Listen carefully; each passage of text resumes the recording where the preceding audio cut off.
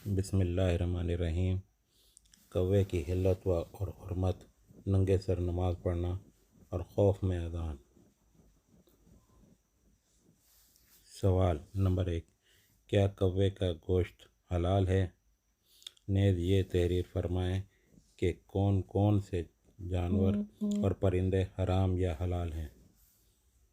نیز در مختار کا بعض لوگ حوالہ دیتے ہیں کہ اس میں کوے کے گوشت کو حلال قرار دیا گیا ہے، یہ کہاں تک درست ہے؟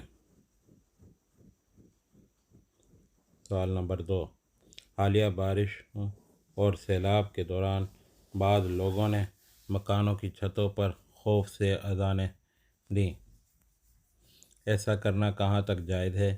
کیا یہ فعل مستحب ہے یا گناہ ہے یا خوف شرع ہے؟ سوال نمبر 3، ننگے سر نماز پڑھنا کیسا ہے جبکہ ٹوپی یا کپڑا موجود ہو؟ کیا کوئی حدیث ایسی ہے جس سے ننگے سر نماز پڑھنے کا جواز ملتا ہے؟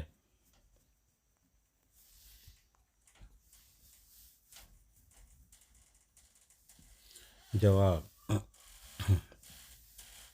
سوال نمبر 1 کا جواب، جن جانوروں کی حرمت کے متعلق قرآن پاک یا حدیث صحیح میں تصریح ہے ان پر تو امت میں اتفاق ہے، لیکن جن جانوروں کے بارے میں تصریح نہیں ہے بلکہ اصول بیان کیے گئے ہیں ان کی حلت و حرمت میں فقہا کے درمیان اختلاف ہے۔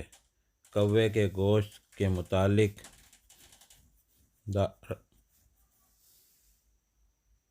در المختار میں لکھا ہے اور حلال نہیں ہے وہ کوا جس کے رنگ میں سیاہی اور سفیدی ملی جلی ہو اور جو مردار کھاتا ہو، کیونکہ وہ خبائث میں شامل ہے۔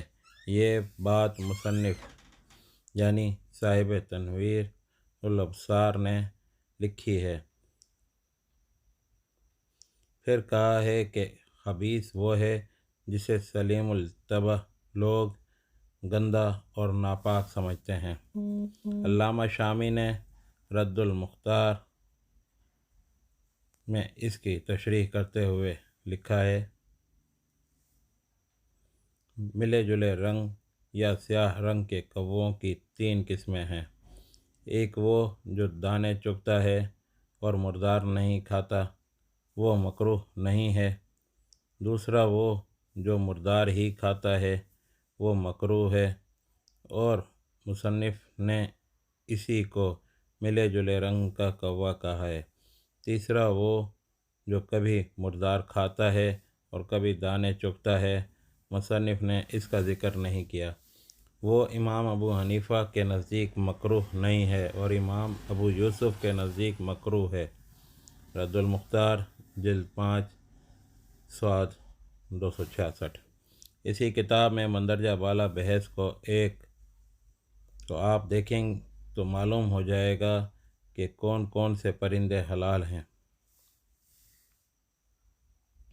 نمبر 2، سیلاب یا کثرت بارش یا کسی اور آفت کے موقع پر اذانیں دینا مسلمانوں میں رائج ہو گیا ہے، لیکن میرے علم کی حد تک یہ طریقہ کسی سند پر مبنی نہیں ہے، بلکہ غالباً لوگوں نے اسے اللہ تعالیٰ کو مدد کے لیے پکارنے کی ایک صورت سمجھ کر اختیار کیا ہے۔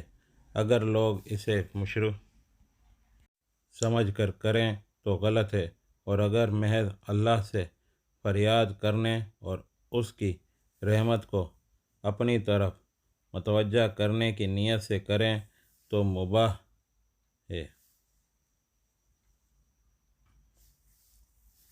سوال نمبر 3 کا جواب، نماز میں سر ڈھانکنے کا کوئی حکم یا ننگے سر نماز پڑھنے کی کوئی نہیں میرے علم میں نہیں ہے۔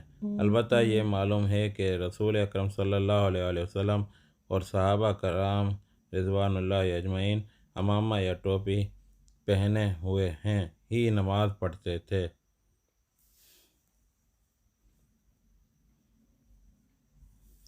مسجد کے حکم کا تقاضا بھی یہی معلوم ہوتا ہے کہ نماز اچھا لباس پہن کر پڑھی جائے اور ٹوپی یا عمامہ بھی اسی میں داخل ہے۔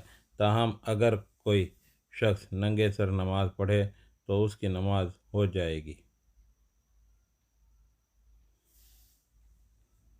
ترجمان القرآن ستمبر 1976۔